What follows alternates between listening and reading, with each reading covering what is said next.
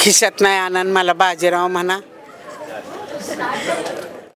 नमस्कार, कलाकट्टामध्ये मी भावना शिंदे तुम्हा सगळ्यांचं मनापासून स्वागत करते. आज आपण साताऱ्याला आलो आहोत. देव माणूस मालिका पुन्हा एकदा आपल्या भेटीला येणार आहे आणि देव माणूस मालिका येणार आणि आपली लाडकी आजी आणि आजीच्या म्हणी आणि आजीच्या शिव्या आपल्या भेटीला येणार नाही असं तर होणार नाही. सरू आजी नाही, आता नरू आजी आहे ना. आता नरू आजी.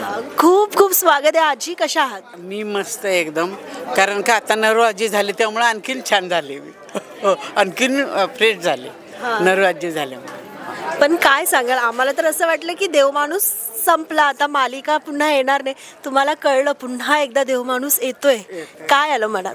काय म्हणजे आश्चर्याचा धक्का बसला ना, की आता हे काय दाखवणार आहेत, म्हणजे आता काय असेल. आणि मला कळलं नंतर की कोणी नाही पण तुम्हाला घेणार आहे. अरे वा यार, बोललं काय म्हणजे नशीब आहे माझं. आणि खूप मला छान वाटलं. आणि म्हणजे आता इतकं वाटलं की काहीतरी आपली पुण्य म्हणा किंवा परमेश्वराची कृपा, की एवढं कसं काय मी एवढं करू शकते आणि एवढं प्रेम लोक मला देतात. एवढं माझं कॅरेक्टर खूप छान आहे, खूप आवडतं सगळ्यांना. पण काय म्हणू, आपण वयानुसार थोडं थकायला होतं. आता लागोपाठ तुम्ही इतके इंटरव्ह्यूसुद्धा देत आहेत, सीन असतात. कसं स्वतःला सांभाळता या वयात शूटिंग करताना? काय नाही, मला खूप आवड आहे ह्या गोष्टीची, शूटिंग म्हणजे पिक्चर म्हणजे काम करण्याची. त्यामुळं मला ती आपोआप एनर्जी येते. हो, आपोआप ताकद येते. पण आपल्या या क्षेत्रामध्ये काम करणाऱ्या ज्या अभिनेत्री असतात, नटी असतात, त्यांचं एक काय म्हणू, एक शेड्यूल असतं खाण्यापिण्याचं किंवा स्किनचं असतं. तुम्ही असं काही करता? करतो, पण कसं आता सिरियलमध्ये नाही ते पाळलं जात. पिक्चरला होतं मात्र. हां, पिक्चर जर करत असले ना तर होतं, पण सिरियलमध्ये थोडं मागं पुढं कमी जास्त होतं, पण करतात ॲडजस्ट.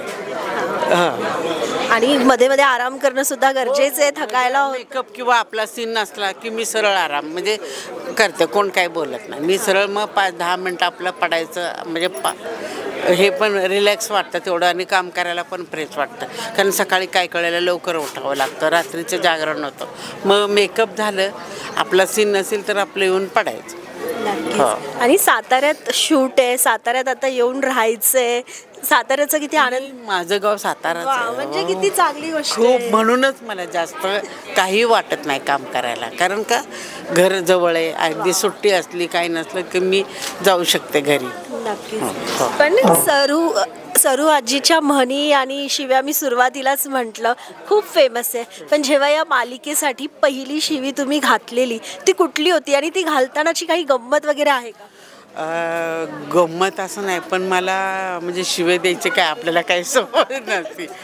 पण पहिली शिवी ती तुझ्या म्हणजे एकदम माझ्या अशी काय म्हणजे मला काय माझ्या अंगात संचालक मी जी फास्ट जी सुरुवात केली मी, ते सुरुवात तुझ्या तिरडीचा मोडला बांब, तुझी किरडी उचलली लवकर, तुझा मोडदा बसवला.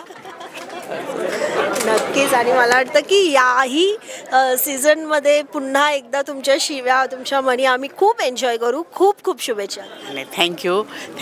2 जूनला झी मराठीवर रात्री 10 वाजता नक्की परत एकदा शिव्या ऐका आणि मला बघत राहा. असंच माझ्यावर प्रेम करा.